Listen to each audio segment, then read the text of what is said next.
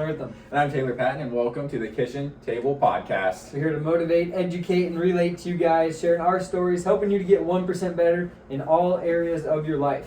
We'd like to welcome Joe Sterner to the podcast, and Hello. First guest. Happy to be Love here. it. We're going to be talking about attitude tonight, right? Yeah, I'm looking forward to it. Love it. Can't wait. Great. Joe, you want to introduce yourself to the crowd, to the posse, to the fam? Sure. Like you said, my name is Joe Sterner, 24 years old. I met these guys. I grew up in a town in Oskaloosa, Iowa, decently sized town. Met these guys at UNI through St. Stephen's, and we just kind of clicked really from the get-go. And been happy to see that we've kind of kept in touch, and I was really kind of excited when they asked me to be the first guest. Yeah, absolutely. It's a pleasure having you here. And so we'll just deep dive into it. So you actually had something exciting happen today. You had a half marathon. I did, yeah. I ran the Des Moines IMT half marathon. It's the first one that I've done. Not terribly, not crazy enough to do the full one. Maybe next year, but it was a really good experience for myself to do this one. How long? I know you're a power lifter, but how long have you been running or training for a half marathon? It's not something that 230 pounds is not something you can just wake up and say, hey, all right, I'm gonna go for a run today. It's like, hey, let's just go for a jaunt. Yeah. So That's I decided that I was going to do the half marathon, I think in April or no. It would have been like May or June. And I was just, sitting at home and thinking, I really want to do something difficult. And, I was like looking out, and it was like, well, I like to be active, and I like to push myself, and this seemed like a really good opportunity for me to sort of combine the two. And it was also, it took place in October, and I had like 4 or 5 months to train for it, and it's enough time to get myself into pretty decent shape, good enough to be proud of myself, proud of my effort. So I would say a solid 3 to 4 months of tough training. I can say during the summertime was it got pretty tough going on those longer runs, especially when it got hot out, and especially with the humidity, really kicked my butt a little bit. Yeah, I can imagine. But I got through it, and end result, couldn't be happier with myself. Yeah. So what was your mindset like going in? Because we talked about it a little bit before. So what was your mindset like at the beginning, and then how did you feel like rolled away, and then how's your attitude like throughout the thing? Was it like fluid? You're like, I got this, I'm crushing it, I'm killing it. Like during the race, when I was running. Okay, so the race started at 8 in the morning, and it got a good start to the day. Had continental breakfast at my hotel.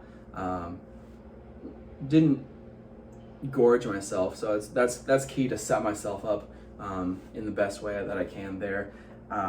So going into the race, my mindset was, excited. I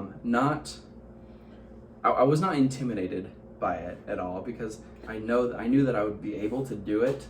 I didn't know if I would have to take a break and walk for a little bit, but it's sorry to interrupt, but it's already a great mindset that you're already like I can do it, like I'm gonna do it. Like that's already a great mindset to start out. Before you even started it, nothing, like you have to even start the race, and you're like, already, I got this.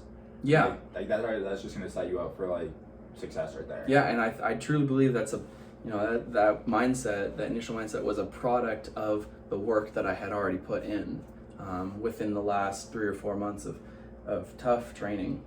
Which is awesome. And that because like going through it, and then like because like you can train for it and all that, But then when you're in the race, when you're in the thick of it, when you're in the trenches, like it's like a different ball game because then you're like, I gotta actually do it now, like Right. and that.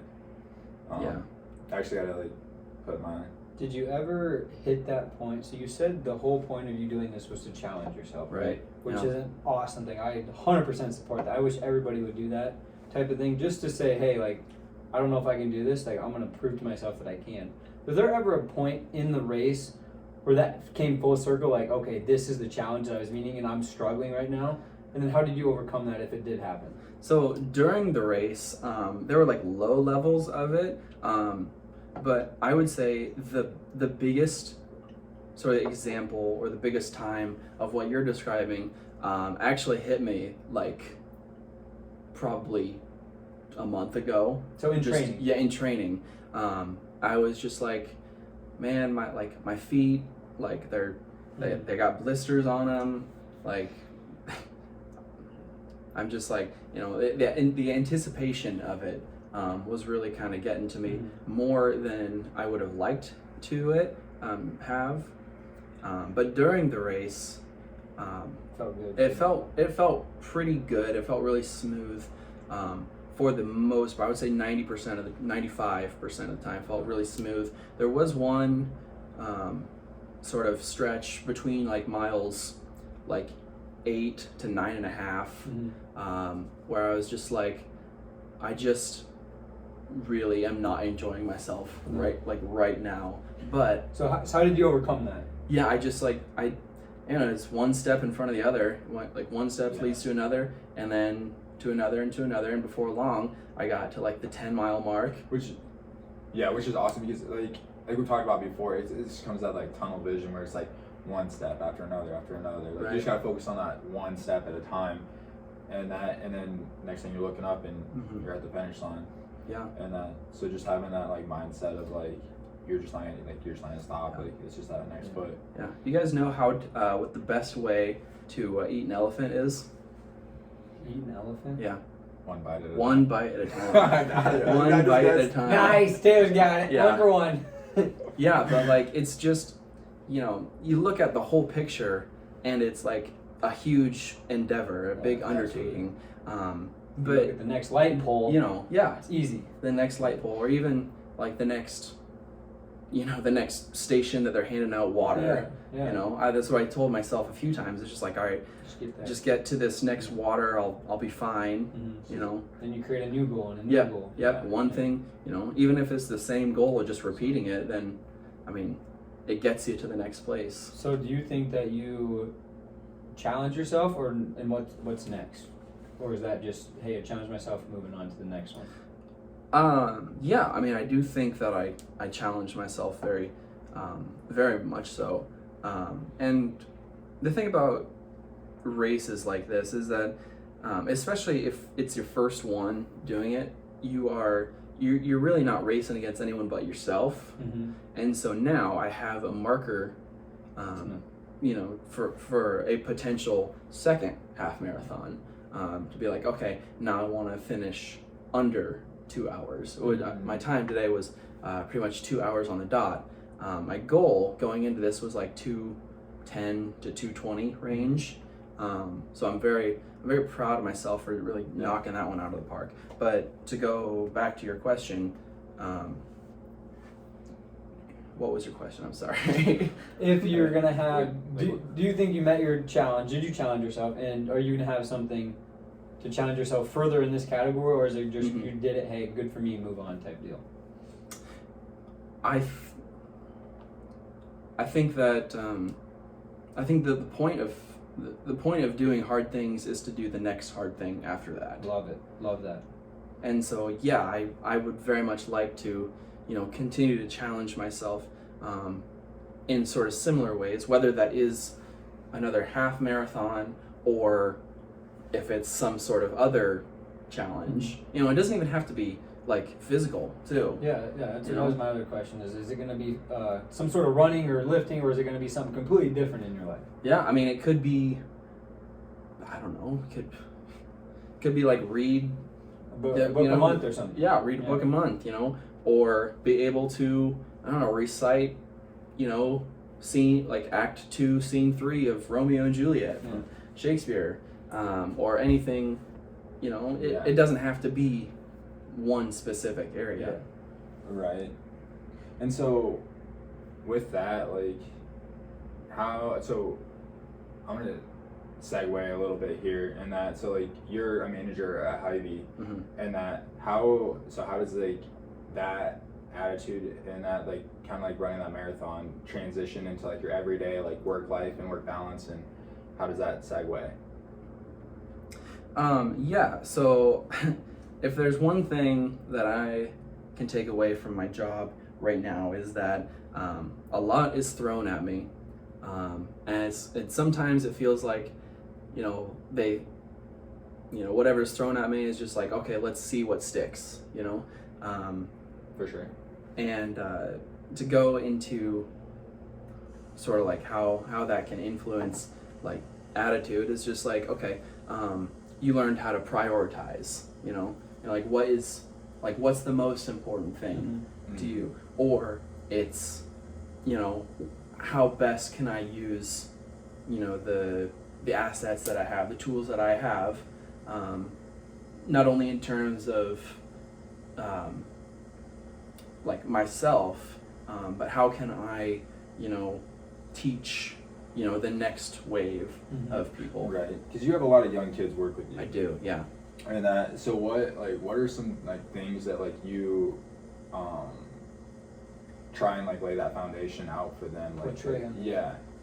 Well, the biggest thing is I want them to be able to take pride in their work, and I want them to develop a sense of accountability, because let's face it, like,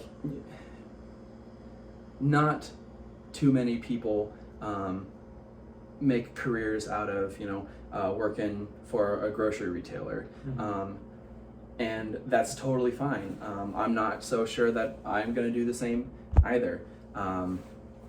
But some of the skills and some of the things that they can take with them is the soft skills, you know, the work ethic, dependability, accountability, you know, things that are transferable to multiple aspects of their life, both professionally and, you know, in any sort of relationship that they're gonna be in. Yeah. One more question here. Sure. Before we hit our 14.4 minute mark. So kids go to school all day, and then a lot of them come to work, right? So most kids don't want to they have a crappy attitude. Hey, I just want to go to work, get home, be done. How do you show them with your attitude, or portray the attitude onto them that, hey, you can still like have fun here and have a good attitude about it to make the place better? Yeah, so I think that the biggest thing that I can do from a stance of, you know, a boss type person would be to positively impact the environment in which they come to work in. Because I mean, if they come to work and they're just like, man, like, I really just want to go home. I don't want to be here. I don't want to help anyone. I don't want to help myself. Then it's really tough to come back from that. But if you set up an environment where they want to work for you, you know, you want to, you just want to, you know, present a good environment for them. Make it a better Because, place. because these kids are like 16, 17, 18-year-old. Yeah. You know, they got so much more important things in their life. Yeah. So, Joe, we want to thank you for coming on, sharing some quick stories about attitude and how you use it in your everyday life. Congrats on the marathon. Thanks for being with us today. We're going to put your socials down below. Mine's A_Eartham17. Taylor.Patton. And Joe, what's yours? My Twitter is, I think it's just Sterner, @SternerJ, or I don't know. We'll link it, and we'll link it. And Awesome. Thank you. Appreciate you having you here. Yep. Yeah, Thanks. thanks, See you guys. guys later. Yeah.